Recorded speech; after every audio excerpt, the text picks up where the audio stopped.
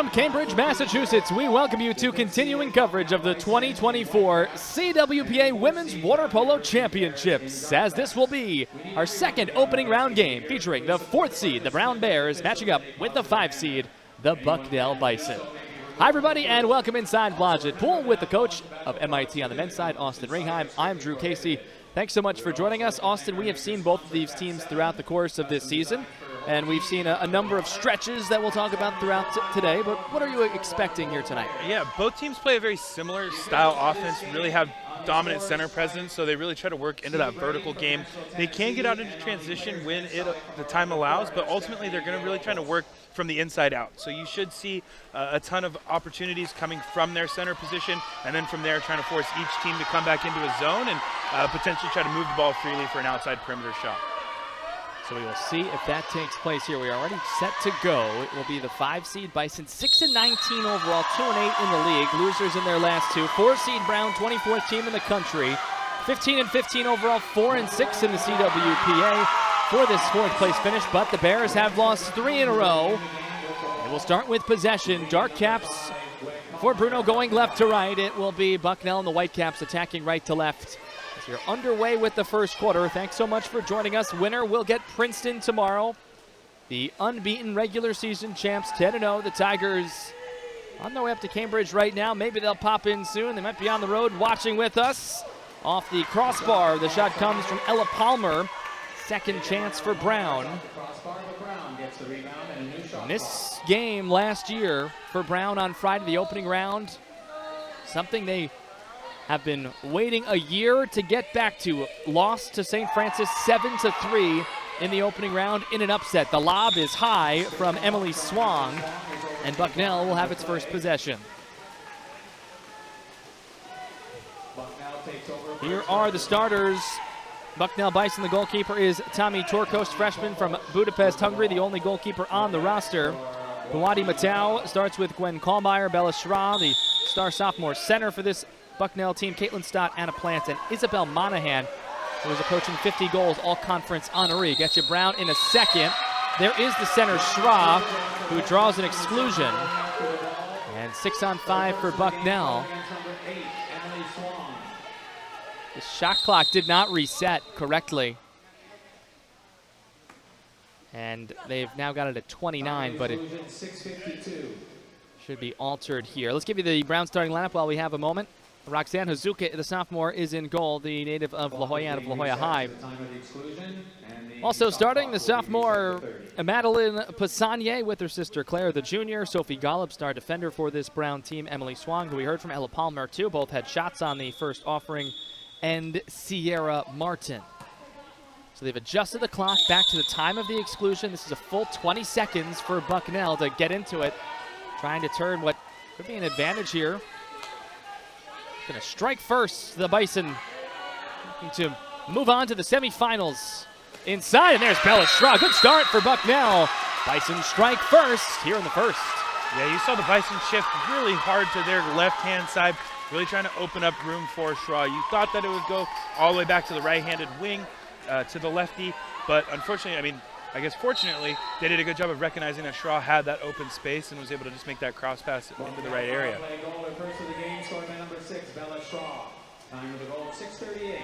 Second possession for Brown. They had 2 good looks on their first trip, but unable to score.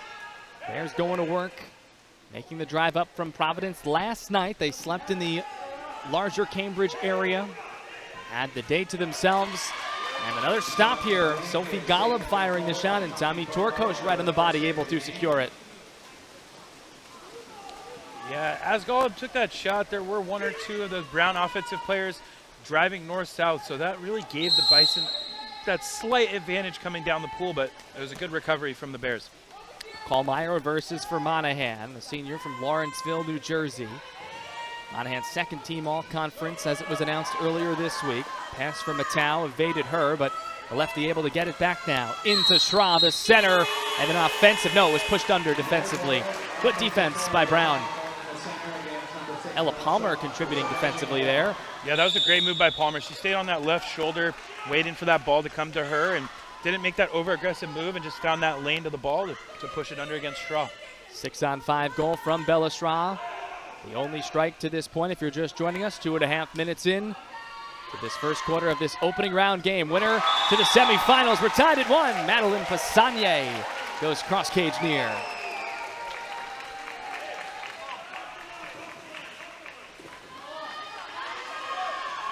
Again, the Bears doing a good job of staying patient. Palmer drawing that drop. Again, not really much of a north-south movement, just putting Passanier in a position where she can do what she does best and put that ball away.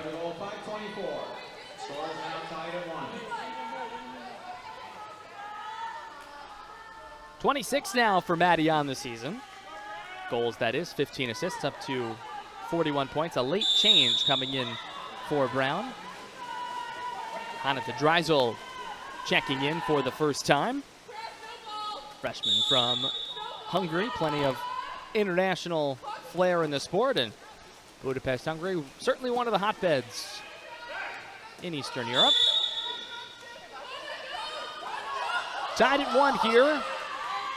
Maddie Passanier scoring on the last possession. Skipper, that's going to go high, and a save made by Hazuka. The Bears were running a pretty good help zone defense. Again, something similar that we saw earlier today that the Crimson were able to execute as well.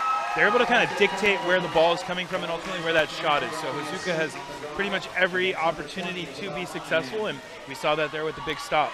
A huge smile from Cleo Washer, who had the steal on Caitlin Stott, and now Brown offensively up ahead. Claire Passanier. And it's into the back of the net. How about that? Brown answering with 2 quick goals. And a 2-1 advantage here. Almost 4 minutes gone by in this opening quarter.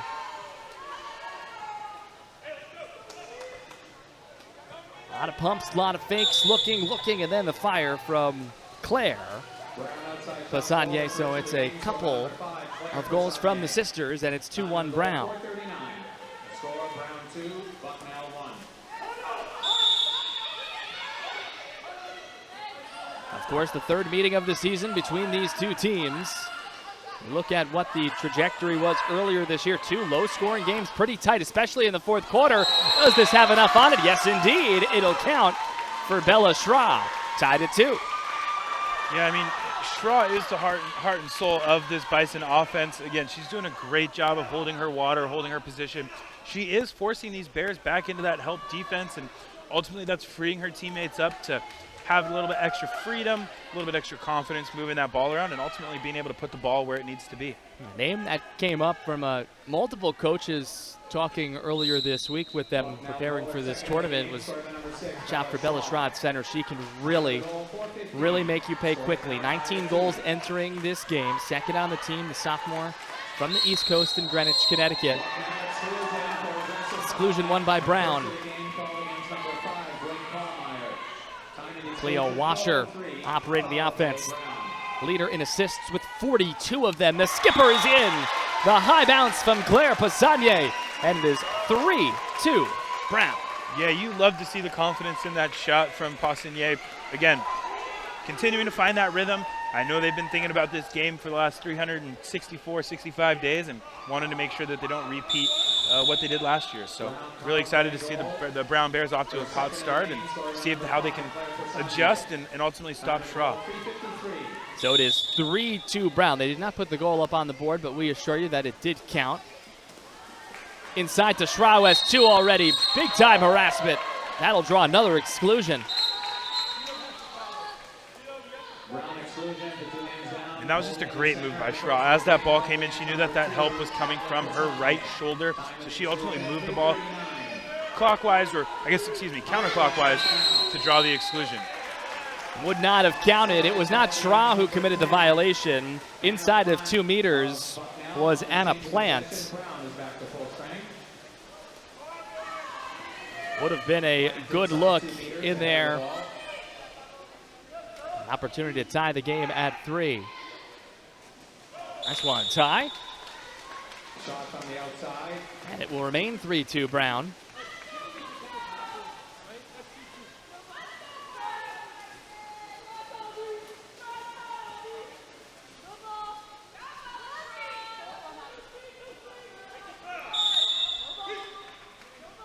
Under 3 minutes to go in this opening quarter.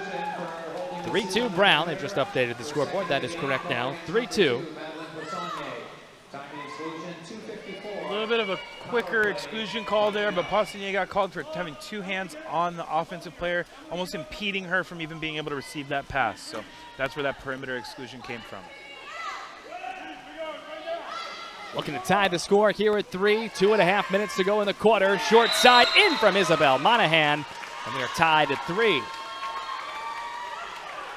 Again, that starts from the Bison post players being so active in there, really just occupying those defenders there. You can see that deep right wing occupying or moving over to the post and not being able to have an opportunity to really recover fast enough for the Bison goal. Lots of offense in this opening quarter, something that was not the case. Certainly the last time these teams met about 3 weeks ago, there was actually no score after the first quarter. And in the first meeting, which was March the 3rd at Princeton, there were only 7 goals scored in the entire first half.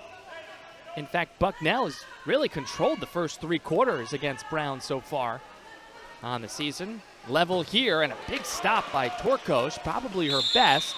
And Bucknell will get a chance to score its 4th. Second save of the game. The rebound taken by the Bucknell defense. The play made by number 4. Second save by Torkos. Bison will go to the attack as we hit the 2 minutes remaining in the first quarter mark. Up ahead and caught onto by Stott, but we've got whistles away from the play, and it will break for Brown.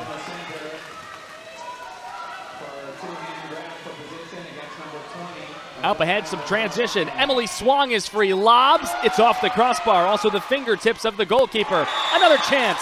That's buried by Ella Palmer. And Brown takes a 4-3 lead. That was a great second effort by Palmer. Again, really in those quick moments right there, it's really easy to just kind of get the ball and shoot the ball, but she did a great job of recognizing that the Torkos was coming out, taking an extra second to slide laterally to her left, and pretty much have 75% of the goal to look at to finish. Score now. Brown 4, Bucknell 3. This is Matau in a 4-3 game, finds Monahan. Monahan has scored inside. One heck of possession grown by Lipolis, but could not ever get back on top of it. Clean defense by Sophie Golub to prevent a great chance.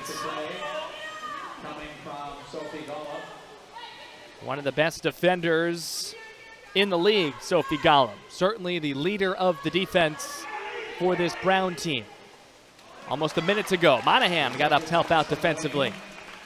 Yeah, you can see the Bison already into that help, like zone type defense. So they have all of their women on the perimeter with their head in, feet out towards the center. But what that's doing is also clogging up the middle in the sense of not really giving the Bears an opportunity to see where their open lanes are or anything like that. So we saw that with the interception and that tip pass, and credit to the Bison defense.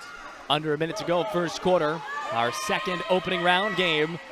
A spot in the semifinals on the line. Winner meets Princeton tomorrow at 2 o'clock Eastern. Spinner there from Matau from a tough angle, just high. Suddenly, Brown could score 5 goals in this first quarter. The offense has been struggling a little bit lately. A lot of healthy pieces back together here today. This is Cleo Washer. Strong campaign for the freshman for the Bears. Across the pool, Claire Passagnier able to put it in.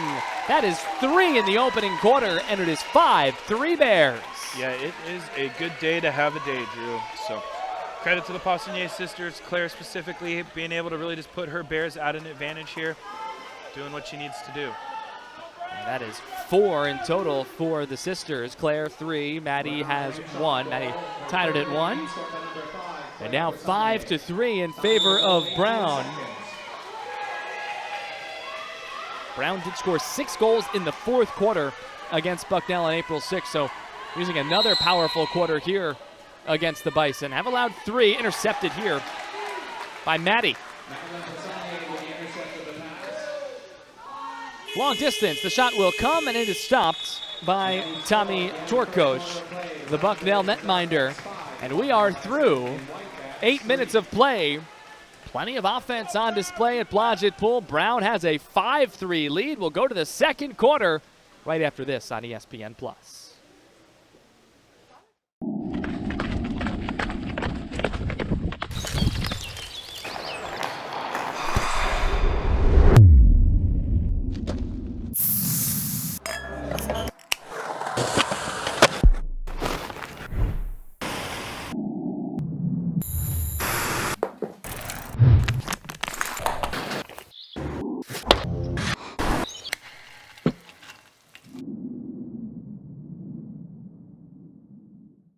Welcome to the community. We want to introduce ourselves to you. We're a not-for-profit financial cooperative founded and operated by Harvard employees. If you work or study at Harvard or any of the teaching hospitals, you and your family are eligible to join. We've helped thousands in the community buy their first homes, pay off their student loans, and build strong credit. Ask your friends and colleagues why they bank with HUEC. And get to know us at huecu.org/hello.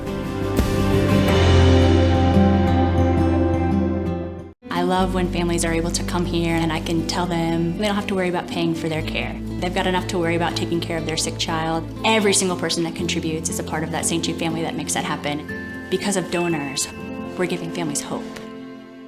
Ticket Smarter is proud to support St. Jude Children's Research Hospital. $1 of every transaction will go directly to benefit St. Jude Children's Research Hospital. Visit ticketsmarter.com to learn how you can help today.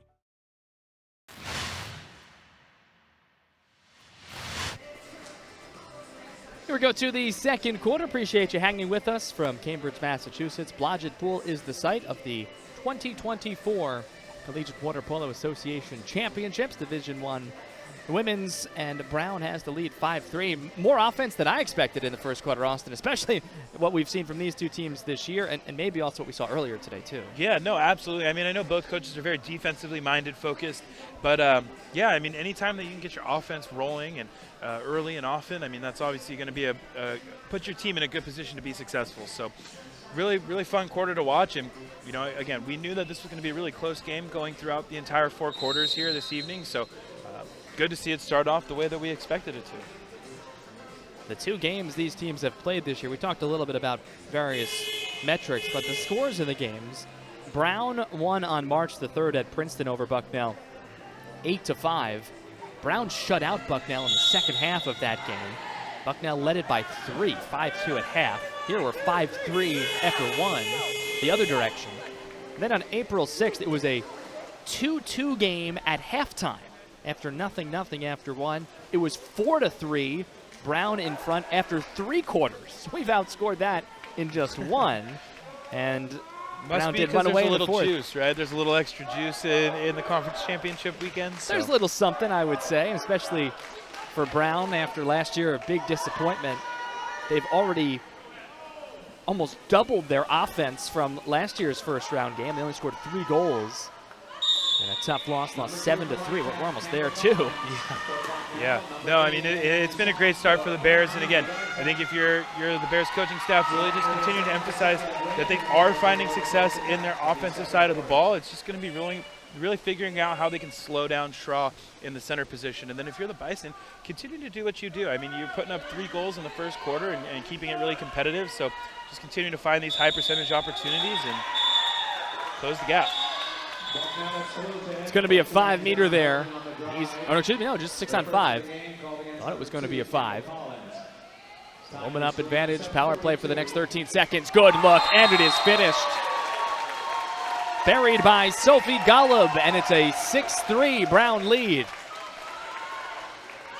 That was a great goal by Golub. You could see here as she receives that ball from her weak side, she does a good job of almost squaring up her shoulders and being able to get a little bit more oomph on that ball. It's a really hard shot for a right-handed attacker there in that position. So for her to be able to stay balanced, maintain that position, and put it away, it's a credit to her and the Bears.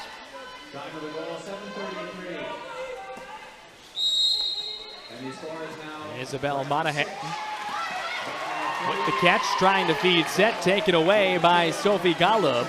And Brown suddenly has a chance to take a 4-goal lead. Again, it's 6-3.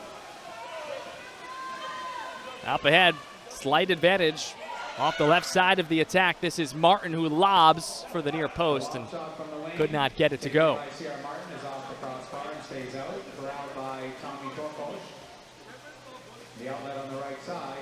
Strong start for Bucknell. Scored the opening goal, Bella Schraw did, then tied it at 2.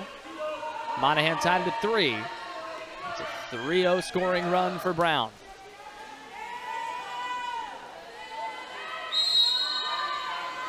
Megan Kuhn into the game, the first year out of the Trinity School in New York City. Shot clock's at 1 and did not get it away. And the ball dropped. This allowed Brown a slight advantage, but many Bison players were already swimming back into the defensive setup.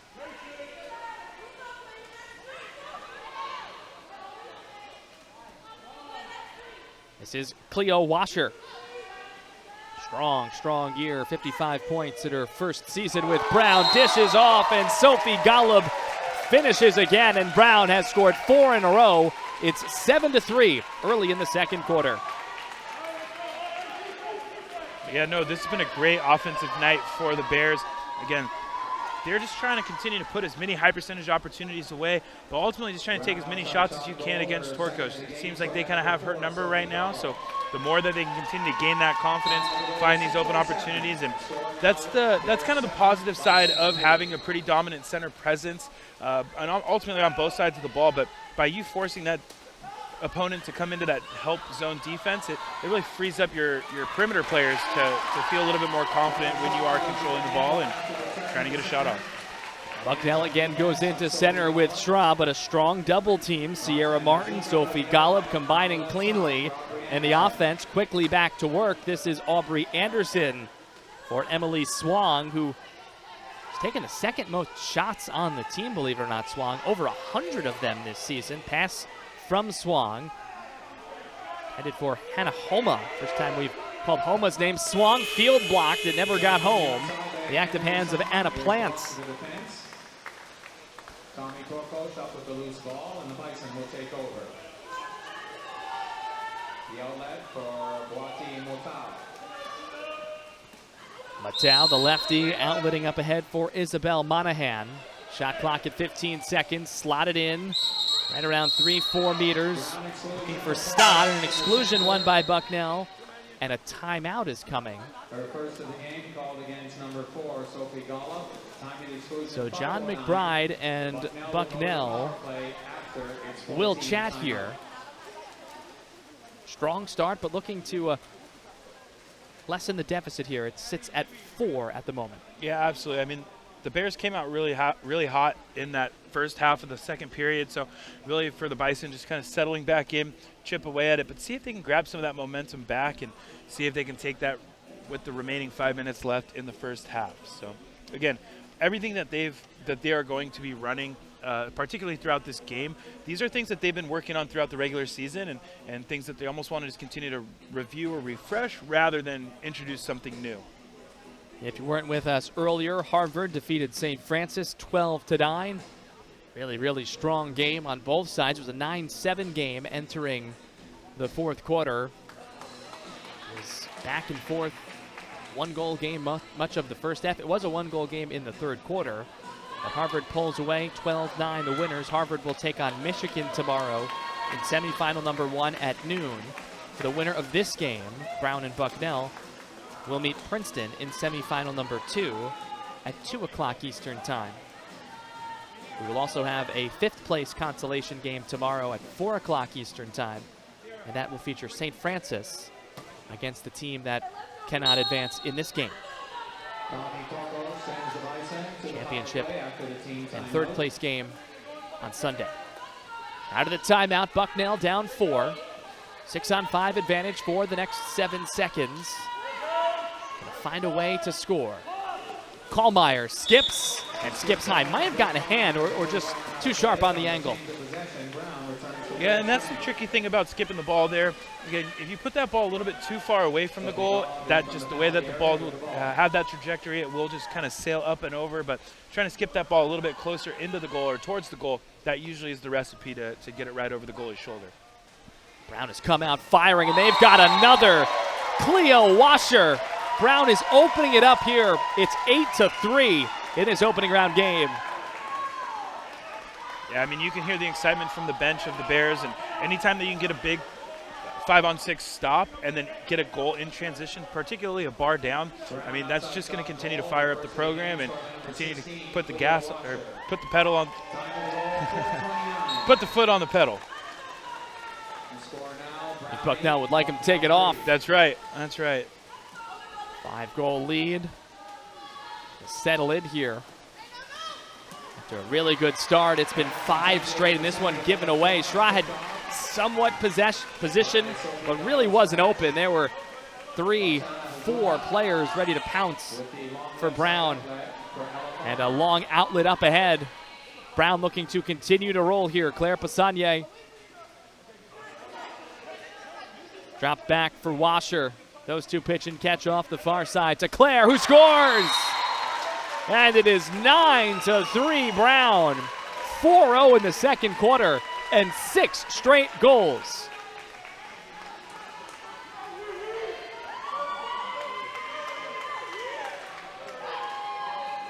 It's great to see Claire's diversity in how she's attacking. She's had goals from pretty much everywhere in the pool so far this first half. So really great showing from the Brown Bears. And again, on the defensive side of things, you've seen them really settle in the second quarter on how to kind of slow down Schraw and where they want to get their zone or where their help is from. So Golub's already back before the ball even gets there, and see if they can kind of dictate where the shot is coming from. So suddenly Bucknell really in need of goals, and that was a good look. Some space to shoot at for Gwen Kallmeyer, but it's off the crossbar out and into our level.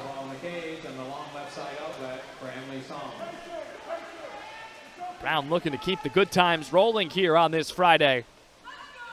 Sophie Golub for Maddie. Sister Claire has 4. Maddie has 1. And now a exclusion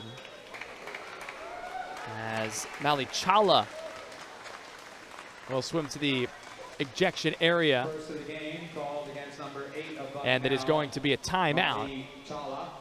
3:09 to go, quarter 2. And certainly plenty of time left, Austin, but if Brown is able to convert here, would be 10-3, and as a coach yourself, that is a very, very difficult margin to come back from. Yeah, especially with 3 minutes left in the second period. I mean, obviously the more that you can extend your lead, the better, but it's ultimately how are you continuing to set yourself up not only for the second half, but ultimately thinking about tomorrow as well.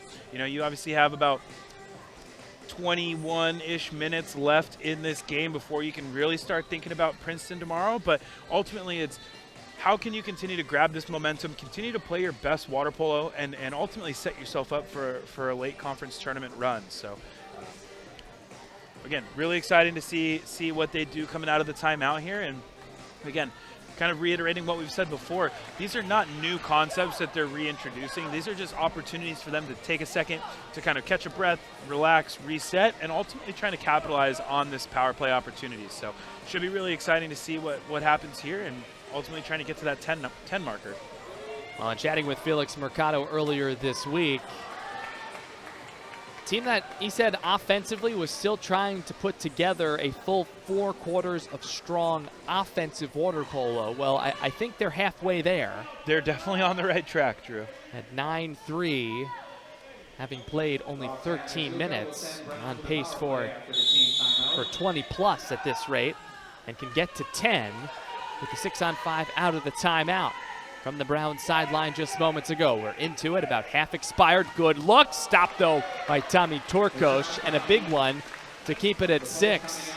Yeah, the Bears got away with one of those earlier in the game, so it was a great job from the Bison to recognize as they were shifting hard to that left side of the pool where they were really trying to attack from. And again, trying to work the ball through Claire Passagnier.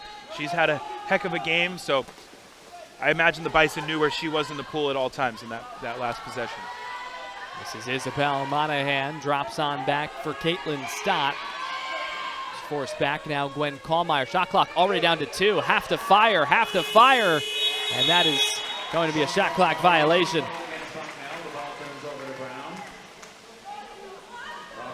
Pass might have been there. There just wasn't time. Anna Plant was trying to get it to Schra. Again, Brown will have another chance, working on what is a 6-goal stretch, 6 in a row. Walking it inside 2, now backing back out. 7 seconds to shoot, field blocked. Good active hands by Bucknell, kept out by Schra.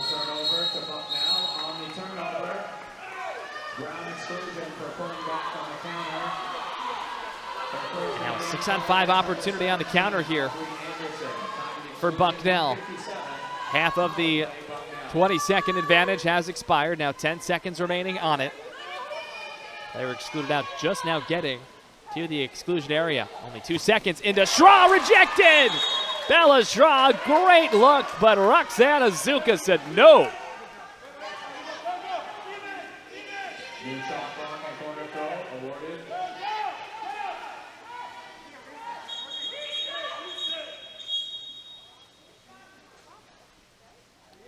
I think a little bit of clock confusion here, Drew.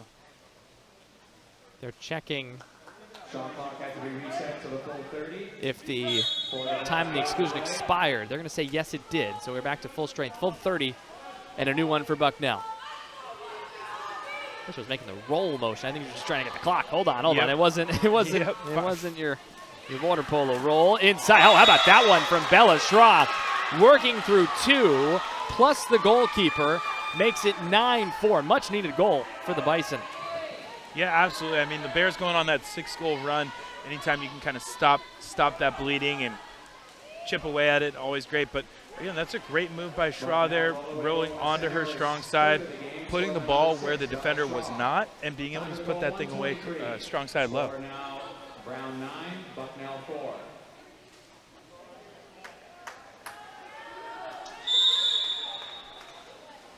Interesting final minute, 20 seconds. Perhaps 2 possessions per team, at least 2 for Brown, you would suspect, having possession at the moment, attacking right side here at Blodgett's pool. Got that Harvard water polo shooting screen, if you will, behind the cage. So there are lanes of the pool facility behind that as well. It's more of an angle. And how about that? Liking the visuals here at Blodgett on this Friday. The Brown Bears striking again. They get to double figures. It's 10-4. Looks like cap is rolled there. It is to Dreisel who scores 13. Yeah, the Bears have been doing a really good job of blocking the goalie's strong side and putting the ball across cage. So a nice answer after Schra cut it to 5. It is now back to 6. 10-4, 15 seconds on the shot clock. This now may be the final possession of the quarter and of the half for Bucknell, and this is a tough one to get into control of. Kuhn has it inside. Look at all this traffic. Lipolis is going to be awarded a 5-meter. Or no, it's excluded number 5. Oh, the full 5 up there. Look, okay, it's 4 fingers. Just a 6-on-5. Felix Mercado was irate. I think he thought the same thing. Yeah, that was a little bit quick for the call there. I mean, you did have that second Brown Bear defender already at the ball before they got there. It's not going to count. Inside of 2 meters away from the play. Stays 10-4. But something to note going into the second half, I believe that is 2 exclusions for both Maddie Poissonier and Sophie Golub.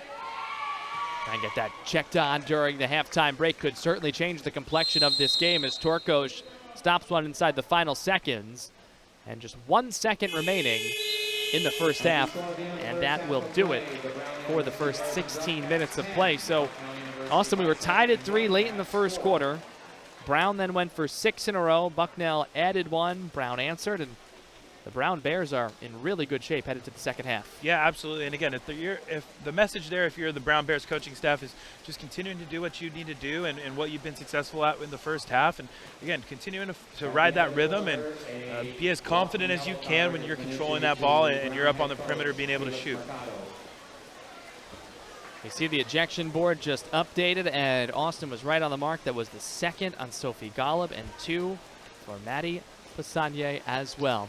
So we've hit halftime. We'll take a break. Brown 10, Bucknell 4 through 16 minutes. We'll have the second half coming up right after this on ESPN+. These Bulldogs are the top dogs. Harvard, an overtime winner. Princeton into the round of 32. National NCAA Women's Rugby Championship in the Big Green of Dartmouth. That will do it. The Brown Bears and the Lions stand off. And Cornell will play on Championship Monday. I think the shared commitment we all have is that we're here to decrease the stigma around mental health. We want to make it a more open conversation, whether it's talking about student-athlete mental health, coaches' mental health. We got one goal, we just got to work together to complete that. I think the evolution of the conversation about mental health has become prominent year after year for the last decade, if not more. But I think we're finally at the tipping point where the conversation isn't just about how are we reactive to prevent worst case scenarios, but how are we managing everyday stressors and activities. I have really loved today. I mean, just the conversations. I love talking about mental health, and so being able to dive deeper. I think the keynote was incredible, seeing what mental health in athletics looks like really at the highest level. Mental health is the same thing as physical health, right? We all have it. You guys are all in the sports space. You wake up in the morning and you do a physical check. It might actually inform how you work out that day, how you approach your training. What would happen if we took the same approach to mental health? This is my first mental health summit that I've been able to attend, and just recognizing the value of sharing those best practices. We all have very unique institutions, and so, I think it's very valuable to sit here and think, hey, that's really cool, jot that down. How can I adapt that for our institution? And it's also a really incredible moment to be able to just have a lot of school pride, a lot of league pride. I've always thought mental health is very important. The stress and anxiety that student athletes have to go through to play their sport, to compete in their sport, like there's so much going on outside of that. And I think this mental health summit is like a really good step forward to decrease that stigma and to continue to give access and to continue to give thoughts. I think mental health is something where, because we don't talk about it as often, I think coaches might not fully understand the grasp of what that feels like to an athlete. If your team is not open about talking about mental health, you have to open the doors and you got to be like, guys, like, we're all in this together. Dartmouth College has taken holistic student-athlete development incredibly seriously. I'm one of few athletic administrators with a sports psychology background, and then since my role has evolved in the last 5 years, I've been able to continue to support a team that is collectively building to enhance mental wellness, well-being, and performance of all of our student-athletes. How do we make sure we're cultivating an environment? And this is where everyone in the room has an impact on the environment that occurs within your campus. And all of us need to be actively cultivating it. I want the idea of mental health being stigmatized to be something so of the past that we can't even imagine not having this open conversation.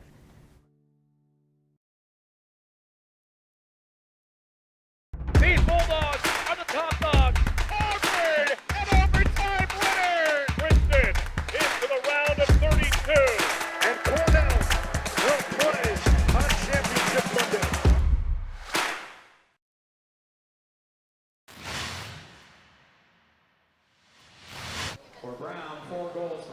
Getting set for the third quarter of play. Appreciate you joining us. Brown 10, Bucknell 4 is the 4-5 as you see the seeds next to the team names here. The winner will take on the number 1 seed, the Princeton Tigers, who have the bye into the semifinals along with Michigan. It'll be Michigan and Harvard in the 2-3 game. Harvard won earlier today, and Austin, we talked about this going to break. Brown in very good shape, but for Bucknell, I have to think you want to channel the first 6-8 minutes when it was 3-3. Yeah, no, 100%. And so ultimately what's happening is they obviously rely on Schra to continue to be a dominant center presence, but as they're forcing these Bears to get into that zone defense, the perimeter players need to continue to be confident and remember why they're in.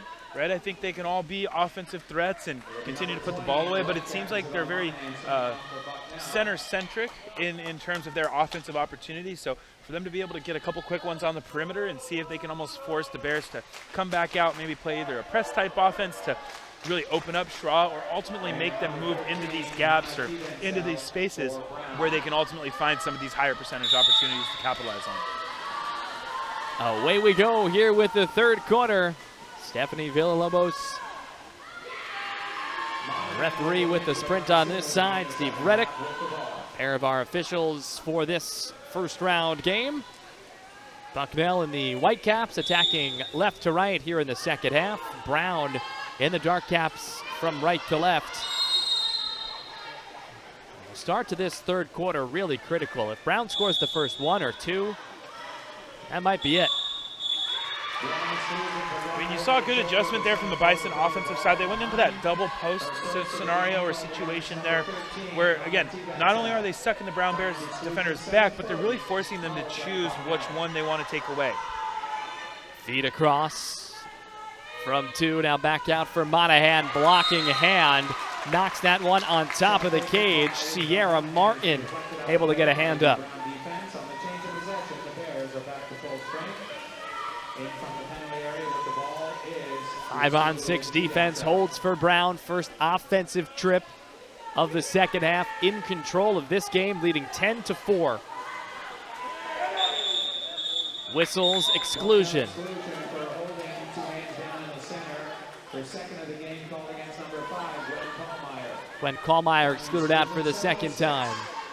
Brown to the 6-on-5, nearly converting there, just wide from Claire Passanier. Yeah, she's had a couple of those in the first half, so I could definitely understand why she felt like that was a great shot to take, and unfortunately just a bit wide. Campbell Collins is in for Bucknell. 11 goals scored in the Harvard win for Bucknell fairly recently. That a big-time positive for Bucknell. One of 2 wins in league play. We've got whistles. The ball is going to come out of the water. Maybe some confusion as to if there was an exclusion.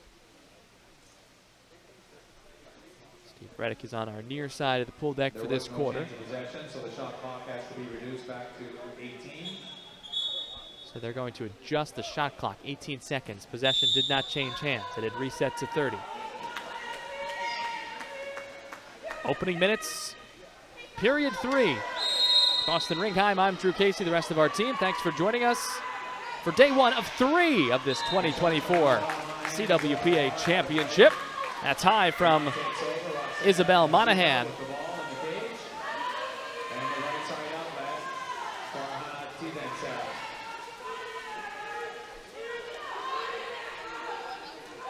Remains a 6-goal lead for Brown.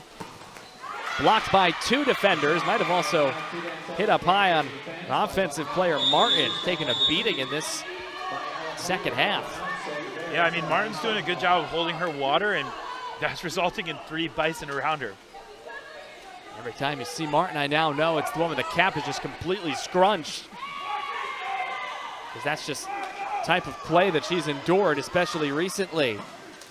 Again, a field block away. Bucknell doing a nice job to help out Torkos. Yeah, you can see a little life injected in the Bison right now. Again, they're playing a kind of that next notch. Again, moving quickly into transition, trying to see if they can get an advantage quickly and see if they can just continue to cut this lead. Started really, really strong, and this pass a little too much on it. It could not be stopped by Matau, who was trying to control it. It leads to an advantageous opportunity for Brown. Cleo Washer feeds set. Back to goal. Scrunched cap of Martin, couldn't get anything on it. Yeah, Martin tried to make that move where she was able to gain a little bit of an advantage when she let go of the ball. She thought that she had the inside water position, which most of the time results in an exclusion, but ultimately she wasn't able to really create that advantage for her, and that's why it was just a turnover. There's still a chance for Bucknell to score first. Remember, these teams did play a scoreless quarter in one of their previous meetings. It was the first quarter of their second game, which is the most recent game before today. And from right around 6 meters, it's floated in by Anna Plant, and Bucknell strikes first here in the second half. Yeah, I mean, Plant's doing a great job of, as she receives that ball, she's continuing to move to her left, ultimately moving Azuka, I guess, out of position per se, so you can see her sliding a little bit to her left. Azuka is really kind of going with her, trying to make sure she maintains that, I guess, strong side, but ultimately that's just opening up that cross-cage look for Plant to be able to finish. Just the 5th goal of the season for Plant, the sophomore from Mill Valley, California. Of course, heavy California across all these rosters, although Bucknell might be the most varied. Connecticut, Maryland, International, New York, Hawaii, Canada, Pennsylvania, New Jersey, all over the place. Exclusion here is going to be Schra, the guilty party. That is number 1, I believe. So 6-on-5 for Brown. It is the first on Schra. No-look shot is high from Golub. I mean, they definitely look a lot more confident in this second half with the shooting, kind of feeling themselves in terms of putting themselves in a position to be successful, but unfortunately they just haven't dropped in the first 3.5 minutes or so of this quarter. leaving the door perhaps slightly open. You're getting that draft still. And a timeout here, and now a 6-on-5 coming. And Bucknell wants to draw it up. A 6-on-5, John McBride and the Bison will discuss. Brown dominated the second quarter, just one goal in this third quarter so far. It went Bucknell's way, and certainly the Bison would like to continue that. Coach McBride here, the rest of the Bucknell team and staff and fans try and get this to 3 by the fourth quarter. Would that be a win? Yeah, absolutely. I mean, you just want to be within striking distance. I mean, ultimately, we've seen the Bison go on a 2 or 3 goal run, even particularly in the first quarter, so they know that they can do it. I would say for them to feel comfortable to be within striking distance, probably a 2 to 3 goal window there. But again, anytime you can just continue to score, find some momentum. I think that's kind of the biggest thing here. Is it seems like Browns continue to capitalize off of the momentum that they've been able to create, especially from the first half. So for the Bison to have the only goal this quarter, for them to continue to chip away, but ultimately grab some of that more confidence and momentum, I think will ultimately carry them into the next 12 minutes or so of the game. And defense will be big too. Bucknell has only scored 11 goals or more 4 times this year out of the 25 games they've played. They put up 11 against Marist, actually in this pool at the Bruno Classic, and 13 against Siena, also at the Bruno opening weekend. We saw both of those games. Since then, though, just 2 games of 11 or more. They would need at least that to win this one. Put up 11 against Harvard on April 6th, and 19 against UC Merced out at Michigan in Ann Arbor in late March. But an opportunity here to get it to 10-6. Second of 4 timeouts called by Bucknell. It's an advantage now for the next 13 seconds. Now 10, looking for the outlet. Lefty on high. Matau crossbar. And it's bar out. No touch and possession for Brown.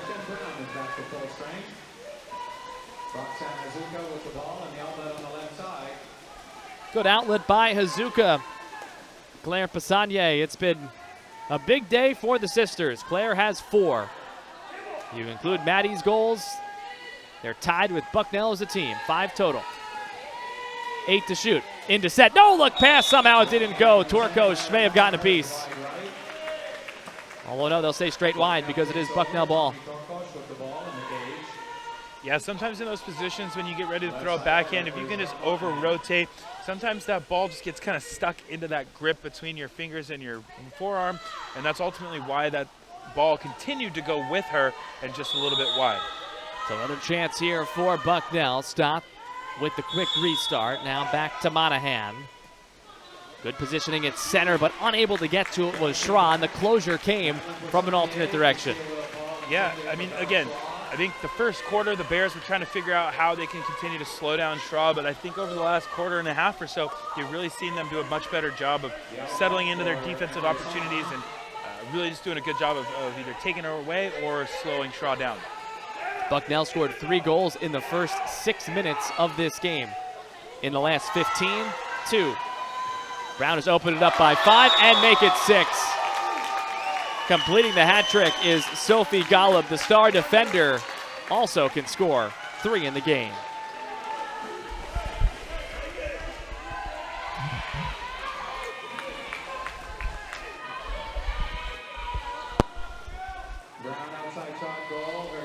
So a strong finish for Sophie Golub. That's now 28 on the season, and Bucknell was hoping it would go the other direction. Brown certainly content to go goal for goal at this point. Yeah, absolutely. I mean, again, from the Bears' offensive side of things, they're doing a good job of forcing the Bison into this zone type defense where they can have these high percentage opportunities on the perimeter. And again, for the Bison, they're trying to do a good job of working through the center and see if they can kind of capitalize on the same opportunities. Isabel Monahan for Bucknell in the Whitecaps. Aubrey Anderson was defending as Bucknell furthers. Good look here, going near side. Rhythm for Bowati Matau, the native of South Africa. It is 11-6. Yeah, that was ultimately a really good catch and shot by Matau. Again, anytime that you can control the ball, not take as much time or even throwing a fake, it really doesn't give Azuka really any opportunity to recover from there. So great job of knowing where she was going to shoot the ball before she even got the ball, and also being able to control it quickly in a good spot. So back to a 5-goal lead for Brown.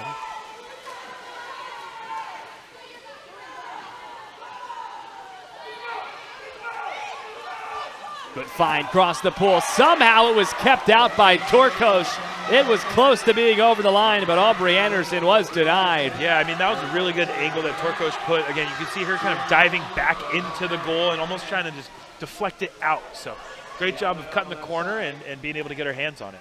Could that save, coupled with the Mattel goal, the possession prior, be the beginning of a comeback? There's a loose ball here, and it's going to be awarded to Brown. And a huge advantage down the center of the pool. The ball is there. Aubrey Anderson, who was denied just recently, not going to get a shot up. There's got to be something there. Whistle was very late. Ball's going to come out of the pool.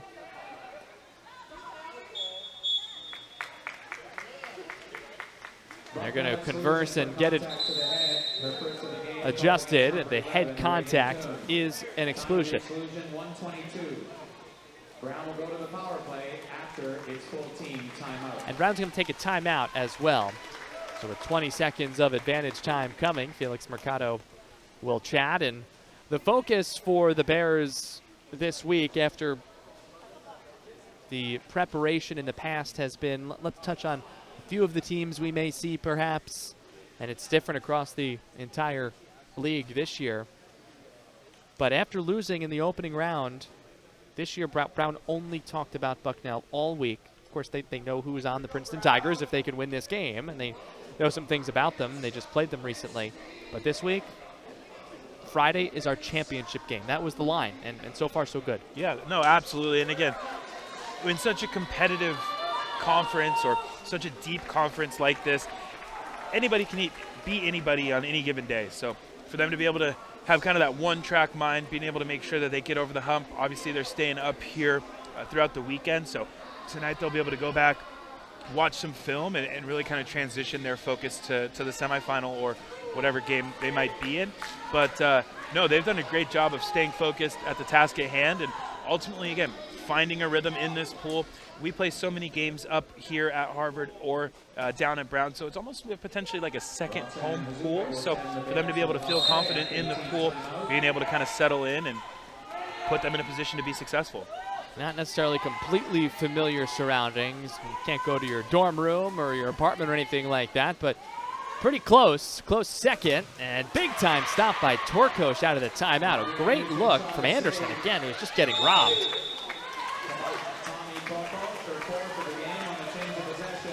I mean, the deeper into this game, we can see the level of physicality come into play. There's a lot of grabbing, and again, I think that's the biggest difference between the men's game versus the women's game, just the nature of their suit, being able to have a little bit more to kind of hold on to and almost control. You definitely see that a lot more, and the women taking advantage of that.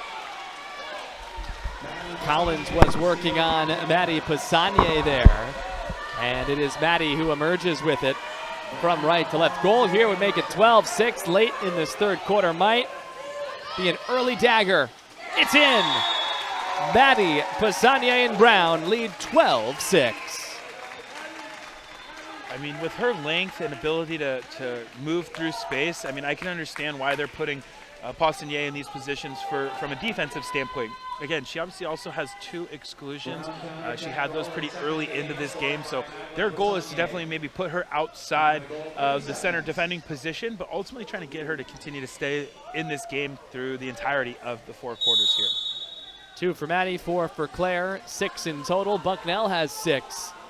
And again, since the late stages of the first quarter, Brown has now outscored Bucknell 9-3. It was tied at 3. Since then, all for the Bruno. 10 seconds left to play in the third quarter. Bucknell almost needs to have this, and it's going to be stolen.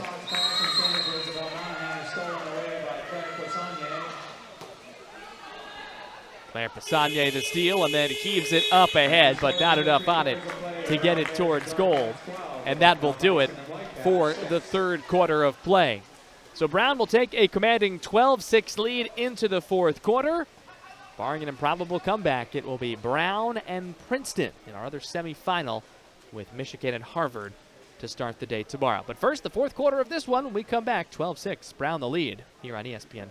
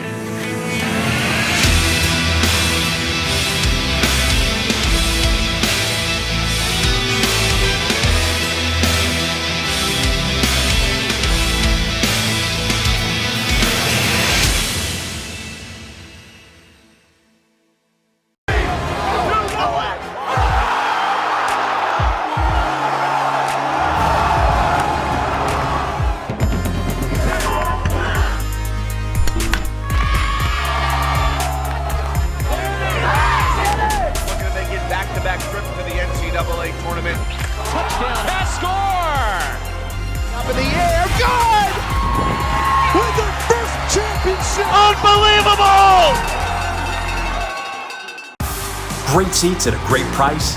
Get them safer, simpler, and smarter with Ticket Smarter. A proud partner to the biggest names in live sports and events, including ESPN events and iHeartRadio. Ticket Smarter has seats for over 125,000 live events and 48 million tickets for sale. All backed with the Ticket Smarter 100% ticket guarantee. Thinking about your next great live event? Think smarter. Think Ticket Smarter. Get your tickets your way, guaranteed at Ticketsmarter.com.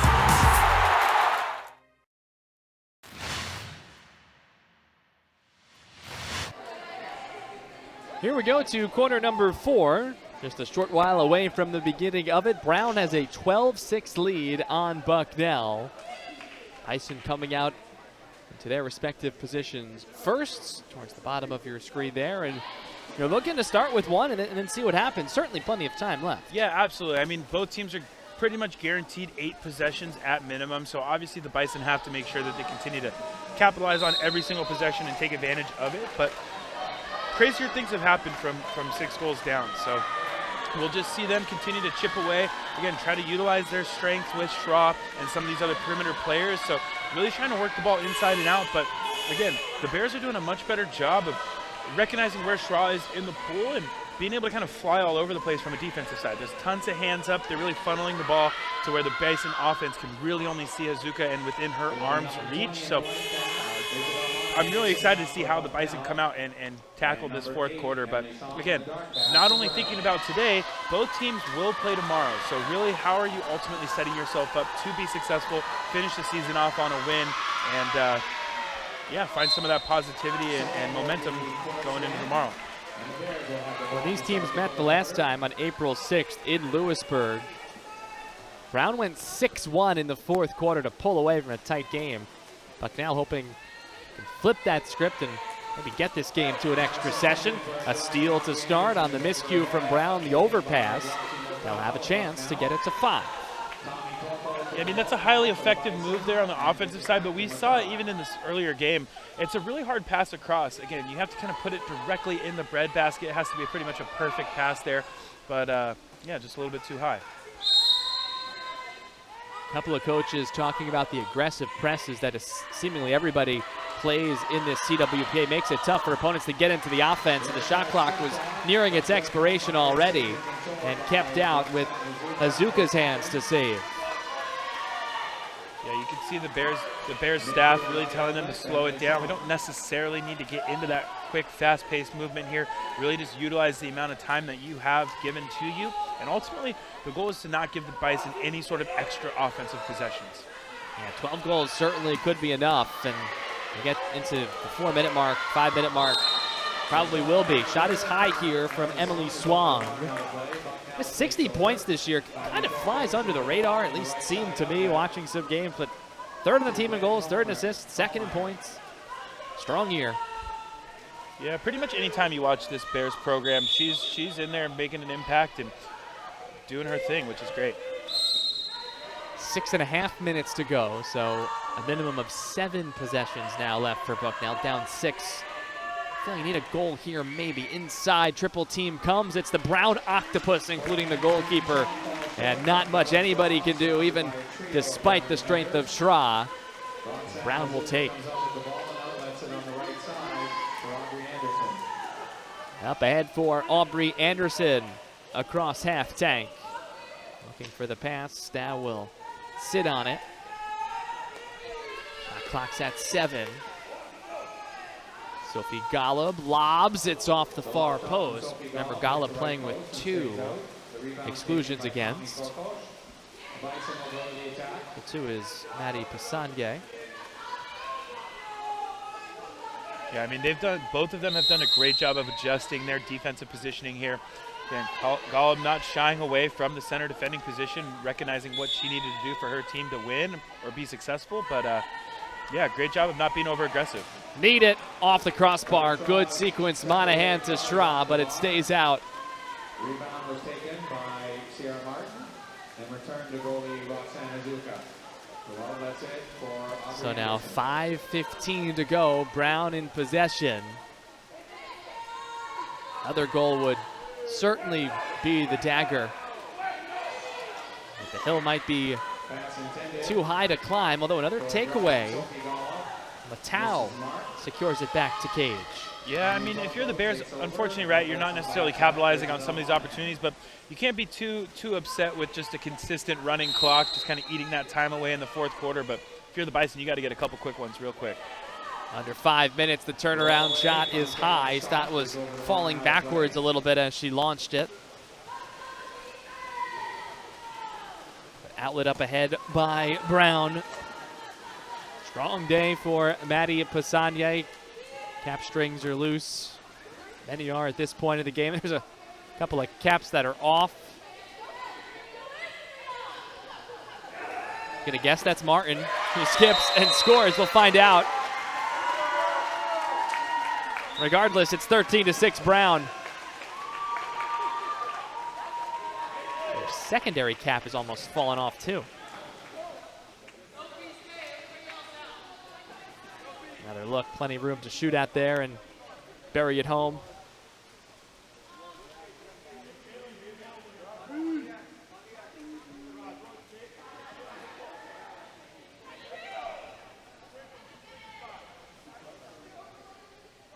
It's like that dark cap was blending in with the lines on the bottom. I was trying to find it in my binoculars here. I'm also curious if it is Martin. Remember, we talked about it earlier in this half, just getting really harassed and scrunched, and they're asking for help at the table now. I do think it was Martin. I'm gonna write it down. Brown outside shot goal, their first of the game, scored by number 14, Yes, Sierra Martin. Announced over the public address system here. 4:23. The score now, Bears 13, the Bison 6. 13-6 Brown, 4-ish minutes to go. So it's going to be Brown and Princeton tomorrow for the 3rd time. 2 tight games those teams have played. That'll be really interesting. And we'll also see Harvard and Michigan. That'll start the day. Number 7, Catherine Knowles. Time of exclusion 407. Correction. Bucknell Princeton. will do the power play after its full team timeout. They've changed the schedule a few times. Hold on, I need to double check this. Tomorrow at noon, it is going to be Harvard and Michigan. That's right. That was different earlier this week. So Harvard, Michigan tomorrow at noon. Princeton will take on Brown, barring something improbable after that at 2. And then at 4 o'clock, 5th place game, St. Francis, looking like it will be Bucknell here. 4:07 to go. And a timeout called here. It's a Bucknell timeout to discuss here. And to your point, Austin, you're not only, of course, you'd like to find a way to come back down 7 with 4:07 to go, but very difficult. But you want to find some momentum going into tomorrow and what will be, or could be, the final day of your season. Yeah, no, absolutely. And again, the goal is always to play your best water polo at the end. So unfortunately, the score is what it is. I mean, the Bears came out really excited, really hot, and obviously came out to this 7-goal lead. But if you're the Bison, again, it's really about just finding your rhythm. You still have 4.5 more quarters to go in your season. So ultimately just kind of continue to put the building blocks in. And I mean, again, there probably will be 6 or so months in between now and the next season. But how are you setting yourself up at the end of this year so you can build off of that experience and ultimately come back next year and find some success? Yeah, young team, 10 underclassmen out of 15 on the roster. Strong save by Roxy Hazuka. announced as her 3rd save of the game. They've been the team defense in front of her that's been equally, if not more, exceptional. Second goal from the lefty for Bucknell. Bawati Matau makes it 13-7.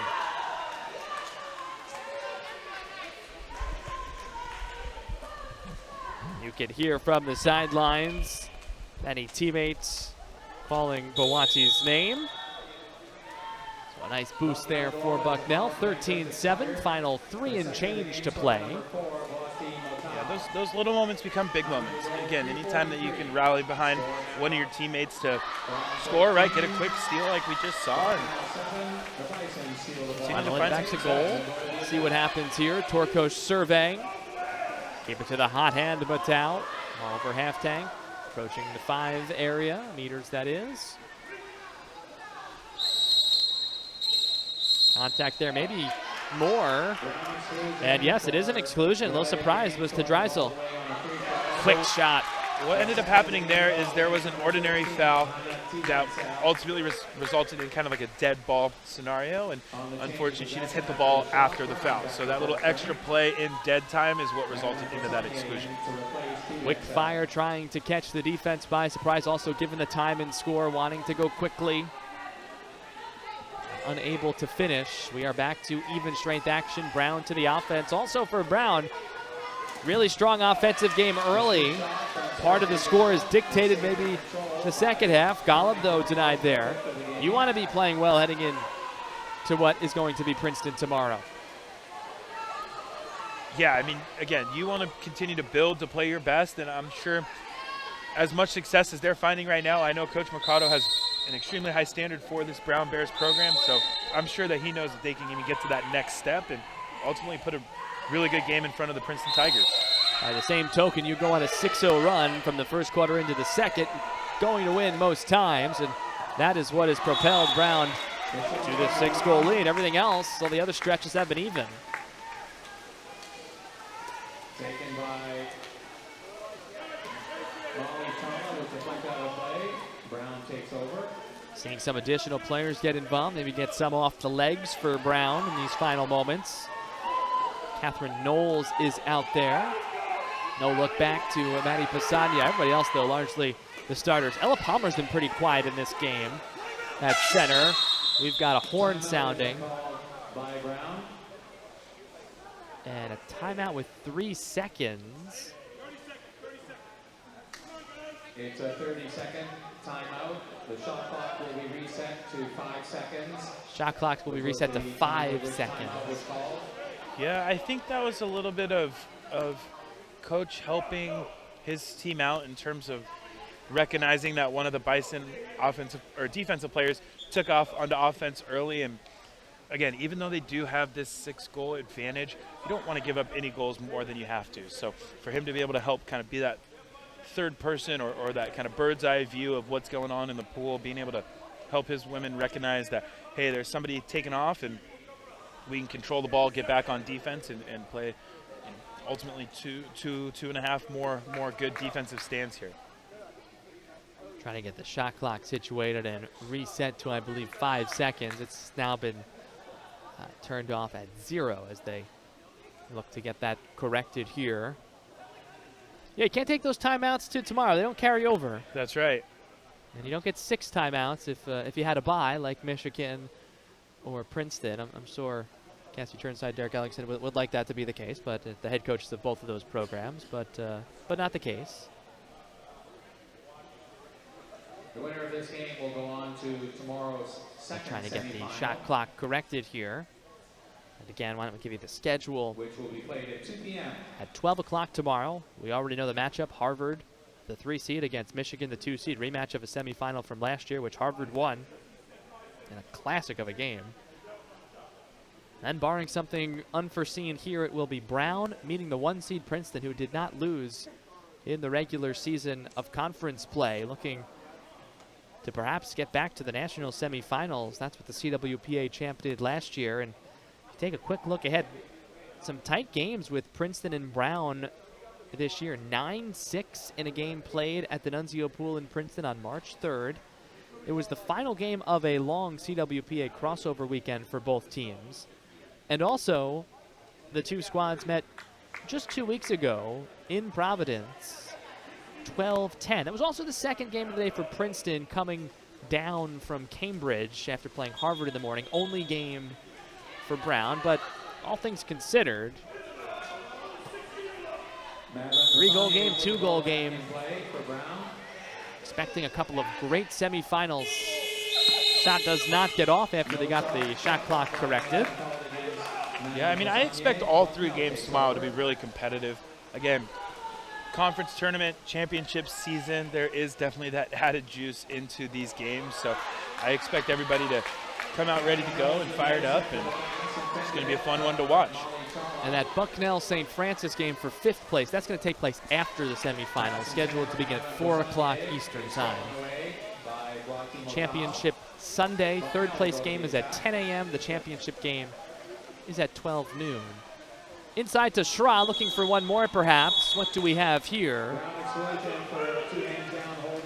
Just an exclusion.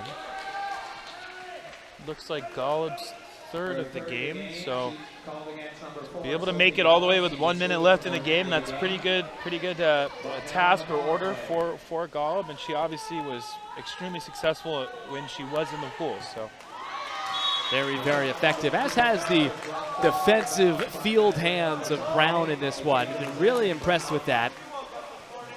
Averaging, get this, only 2 blocks per game. They've had almost 2 blocks per quarter, perhaps more.